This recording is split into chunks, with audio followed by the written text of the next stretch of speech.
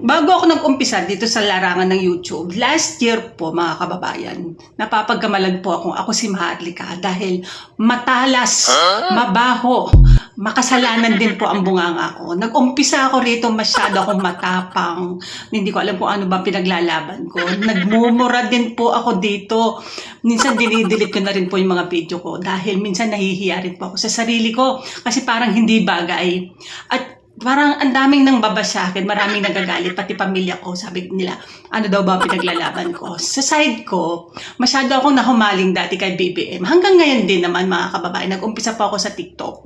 Yung mga campaign period po last. Nung mga panahon na yun, basta masyado akong matapang, masyado akong maraming pinaglalaban, nang aaway din po ako. Kaya ngayon mga kababayan, dito sa Tricom, nagpatawag ng mga fake news ng mga vlogger.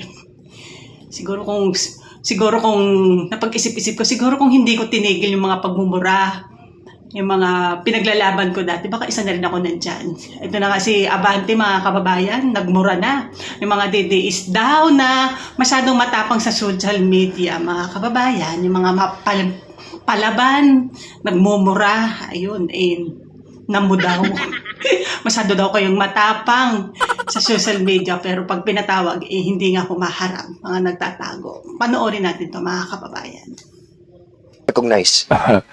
My query is if we have invited a certain Elizabeth Cruz, no, aka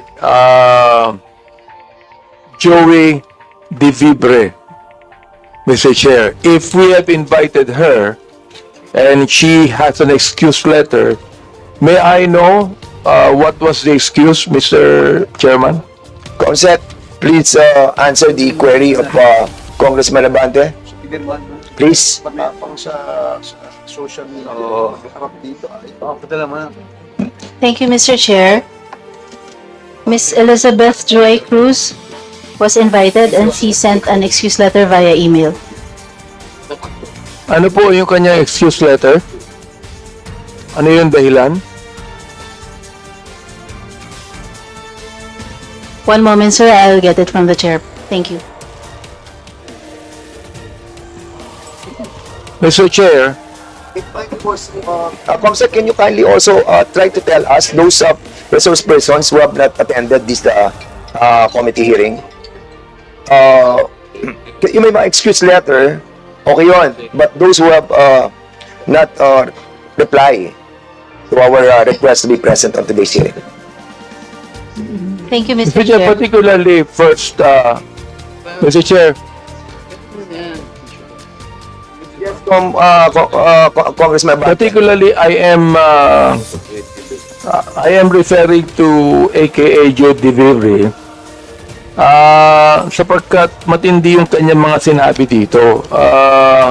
Gusto ko talagang makita siya at makausap sapagkat dito minura niya ako at ang sabi niya, nanay kabobohan sa quad, sayang kuryente sa'yo. Huwag mo sa kanya.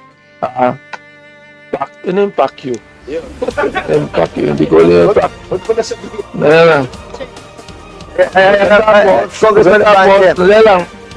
Tutuloy ko ng buta. Mr. Chairman, Congressman, don't be so personal. Let's be more comprehensive on this approach. Pinapasa ko lang po. Pinapasa ko lang eh. Oh, sige, go ahead. I'll give you Pangalawa, November 13, 2024, nagmura na naman siya. Hindi ko na babanggitin yung mura niya. Tinatanong kung anong legislation ginawa niyo in relation to this BS. Ano ba yung BS? BS inquiry. Sasagot ka. Swelduhan ka ng taxpayers. Gago. November 3, 2024.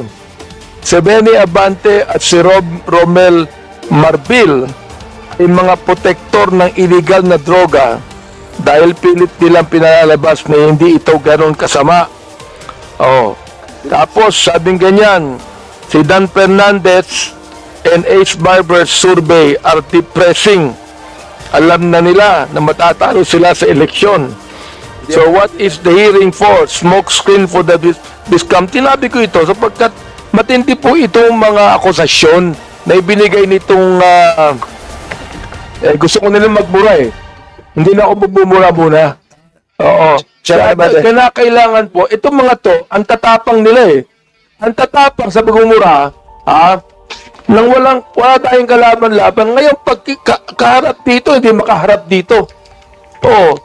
Eh, mga takot din pala yung mga yan eh. Please hold your fire, please. Hindi, I'm Just on the process of administrative, ano pa lang muna tayo, Congressman Abante. We can tackle that on the interpellation. Hindi, Mr. Chair, gusto ko lang pong bagitin tong kanya excuse letter. O nakalagay dito, after meaningful consultation with my lawyers, gumayad pa na abogado.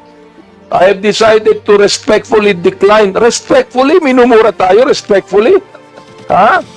To share my knowledge on matters. Hindi knowledge ang kailangan natin. The lawyer, this is like... Oo. Ask the lawyers kung libelous yung ginawa niyo o slander. No ha? O nakalagay, I would like to categorically state that I am neither paid by POGO operators. Hindi na pinag-uusapan. Pinag-uusapan natin yung mga sinabi niya. O, tapos respectfully, Elizabeth Joey Cruz, na nakikinig po sa atin ngayon, nanonood ngayon. Pumarap ka dito, kumatapang ka. Hirap sa iyo nagbumura ka nang dyan na wala kaming kalaban-laban. Humarap ka dito. Dito. Namo. Chairman. No, wait. Quiet, Chairman. Please observe, refrain from laughing or whatever expression you wanted to, please observe, Strike out.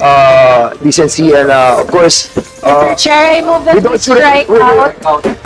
with all due respect with Congressman Abante, I feel your sentiment, I feel your sentiment, but we are in the process of finding out the, yung pong implementation of the 10175, and I respect your freedom of expression, but what I'm trying to tell you is to refrain from the fire that you wanted to express, but for now, nandun pa lang po tayo sa administrative matter, and we wanted to finish that, and then we will be discussing, or we will be approving the ground rules. Wala pa po yung ground rules, and kaya nga po, doon sana yung kay Chairman Abante, doon papatak yan sa ground rules. Anyway, having said that, siguro we'll proceed to the next item Mr. of our Chair, agenda, is to approve. So that we can have an orderly hearing, we must first approve the ground rules. I believe that the COMSEC has already distributed copies of the ground rules Correct.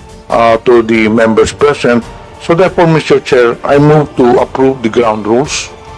Yes, there's a motion to approve the ground rules, and I believe that the members of this committee have already received the yung pong ground rules natin, and you have already read it. So siguro I need a second motion for this. Any second motion? Second. This was duly seconded. Any objection? Hearing none, the said motion is now approved. Hindi mo babasahin ang ground rules. So the next item of our agenda is for all the Mr. Chair, yes, Congressman Zamora. I would like to reiterate my earlier motion to strike out the expletive that was mentioned by my idol, Representative Abante. Earlier. Second motion. Mr. Chair, Second motion. I object because it was not expletive. Sinabi ko lang, namo. That can mean anything. That can mean anything. Ayun, di ba? Natapos din, di ba? Tulad kong medyo kumukontrol na at humina na ang aking channel, okay lang yan mga kababayan. Ganun talaga, hindi natin mapiplis lahat. Yan. Hanggang dito na lamang po. Huwag masyadong matapang, kalma lang. Hindi natin alam kung ano ba pinaglalaban natin. Kung tayo ba ipagtatanggol, tayo ay masyadong mapalaban sa labas, masyadong mahilig makipagbardagulan dito sa social media. Eh, nakakasiguro ba tayo ipagtatanggol ng ating pinaglalaban? Ayan.